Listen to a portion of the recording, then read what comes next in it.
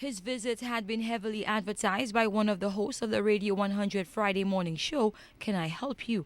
The infamous Reginald Jean, 35, is known as Baje, a moniker from his long years in Barbados.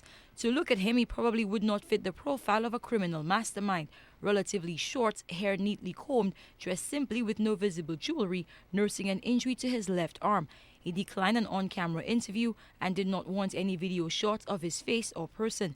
The man who brought him on the show is Housing Minister Richard Frederick. I will not endorse any criminal. I will not endorse criminal activity. It's in an intention to change now.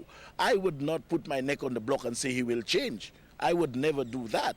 But if he's manifesting an intention to change, then I don't see why we should not accept that intention. If he falls short of what he says he's going to do, he will suffer the consequences, because those who cannot hear must be made to feel. And if he does the crime, he must be prepared to do the time. The responses to the program were mixed. Some were curious about who he was, others outraged he had been given a platform to express himself, while still others hoped he was being sincere. Along with stating he was not a drug dealer, Jean also said he would meet with the police commissioner to assist in the capture of the person who shot him. There are people behind him. Yeah, and right now I guess everybody's just going foreign, traveling out, because it's a whole crew, it's a motley crew. So they know what they're up to.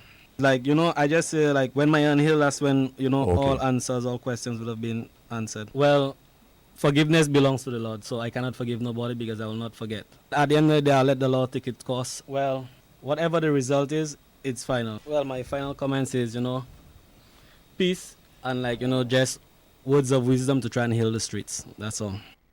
Frederick says this interview was one in a series aimed at addressing the current crime situation. He has also featured the Home Affairs Minister and a deportee who spent 17 years in a U.S. jail for murder. I cannot police anyone who gives an undertaking. I sleep at my house. I don't sleep with the criminals. I don't line with them. I am not associated with them on a day-to-day basis. So it would be remiss of me to say that one would stick to his word. But my point is, if he decides that, look, I am going to stick to what I say, I will execute the undertaking that I've given to the nation, I believe we can see reprieve in this country. The housing minister says he will continue to dialogue with other factions in hopes of putting an end to the current gang warfare that has already claimed a number of lives. Carmi Joseph, HTS News, Channel 4.